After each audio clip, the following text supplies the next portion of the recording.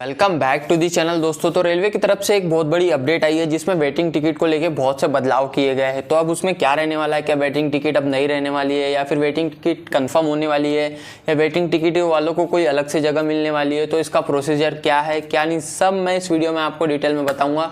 तो आपका स्वागत है फिर एक नए वीडियो में। मैं आपका दोस्त अतुल ठेपे, रेलवे टेक्नीशियन, आपका एक नए वीडियो में स्वागत करता हूं। तो दोस्तों बात करते हैं, रेलवे ने अभी एक नया अपग्रेडेशन किया है। जैसे हम जानते हैं कि अभी नरेंद्र मोदी के आने के बाद रेलवे का बहुत तगड़े तौर पे अपग्रेडेशन चल रहा है, जैसे वंदे भारत एक्सप्रेस हो गया और अदर्स भी जो ट्रेनें चलाई जा रही है। इस प्रकार से अभी उन लोगों ने ये टिकट्स के इसमें थोड़ा सा चेंज किया है। जैसे हम लोग पहले वेटिंग टिकट बुक करते थे, तो फ़ोन से अगर हम लोग वेटिंग टिकट बुक करते हैं तो आपने देखा होगा कि अगर आपकी टिकट कंफर्म नहीं होती, जैसे 4 घंटे 5 घंटे पहले या 2 घंटे पहले जो चार्ट प्रिपेयर्ड होता है, अगर आपकी टिकट कंफर्म नहीं हो रही है तो आपका ऑटोमेटिकली IRCTC के जहाँ से आप ऑनलाइन बुक करते हो, आपकी जो टिकट है ऑटोमेटिक कैंसिल हो जाती थी और आपके अकाउंट में वो पैसा रिटर्न आ जाता था। अब दूसरा केस क्या था कि कुछ लोग क्या करते थे कि काउंटर से टिकट बनवा लेते थे। तो काउंटर से जो टिकट बनती थी हार्ड कॉपी वाली, तो उसमें क्या होता था, उसमें वो टिकट कैंसिल नहीं होती थी। उसको कैंसिल करने का एक अलग प्रोसेस होता है, उसके लिए आपको काउंटर पे जाना पड़ेगा। काउंटर पे जाने के बाद आपको टिकट कैंसिलेशन का फॉर्म फिल करना होता है, तो ही वो टिकट कैंसिल होती है। अदरवाइज वो टिकट कैंसिल नहीं होती थी। आप उस टिकट के सहारे उस कंपार्टमेंट में, जिस भी कंपार्टमेंट का आपका रिजर्वेशन है, जैसे स्लीपर का रिजर्वेशन है तो आप स्लीपर में जा सकते थे, अगर आपका AC में रिजर्वेशन है तो आप AC में जा सकते थे। बट अब रेलवे ने ये सारे नियमों को थोड़ा सा चेंज कर दिया है। अब वो क्या चेंजेस है उसके बारे में इस वीडियो में मैं बताऊंगा। तो देखो दोस्तों, ऑनलाइन टिकट का मॉड्यूल वैसे ही रहने वाला है। अगर आपने ऑनलाइन टिकट बुक करी है तो वो अगर कंफर्म नहीं होती है, सीट अगर खाली नहीं है तो वो कैंसिल हो जाएगी, ठीक है।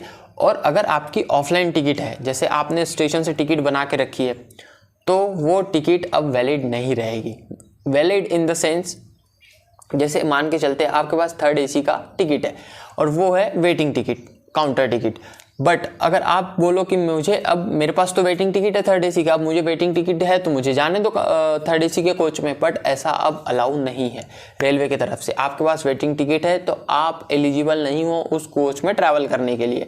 तो स्लीपर हो, 3rd AC हो, 2nd AC हो, 1st AC का तो वेटिंग होता ही नहीं है।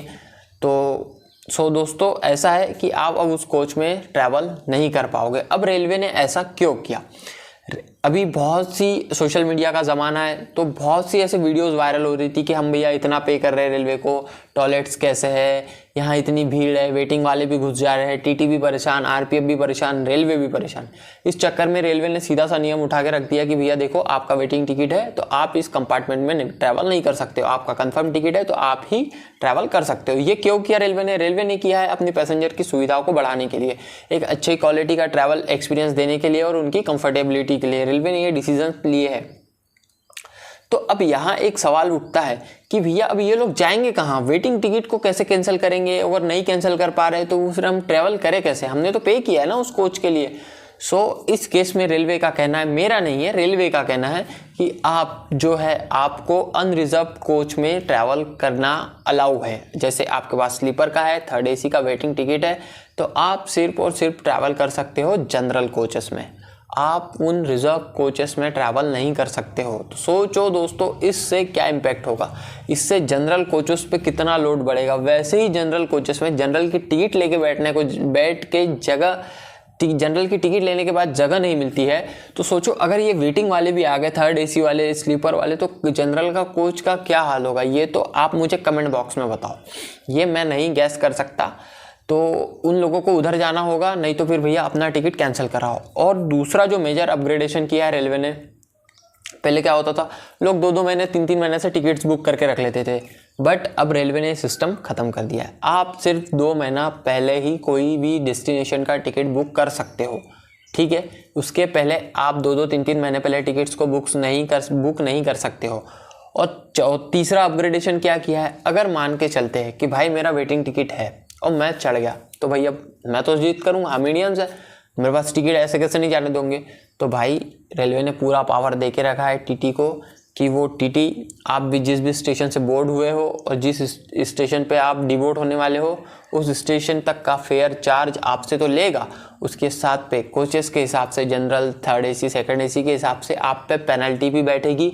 और अगर आप ज़्यादा 3-5 करते हो है ना। तो आरपीएफ को भी बुलाया जाएगा और आपको आने वाले अगले स्टेशन पे डिबोर्ड भी कर सकते हैं अगर आपने अति कर दी। जैसे आपके चाचा विधायक है और आपने थोड़ा सा अपना जमाने की कोशिश करी तो भाई आप पे एफआईआर तक भी हो सकती है। रेलवे एक्ट के तहत एफआईआर भी हो सकती है। तो ये सारे मेजर अपग्रेडेशन आए हुए हैं रेलवे की तरफ से। और आपका क्या विचार है, क्या ये सही है गलत है, इसके बारे में आप मुझे कमेंट बॉक्स में बताओ। ये जानकारी आई थी और ये अवेयरनेस को लेकर भी है कि बहुत से लोगों में इस चीज़ को लेकर अवेयरनेस होनी चाहिए, इसलिए भी मैंने ये शेयर कर दी आप लोगों के साथ।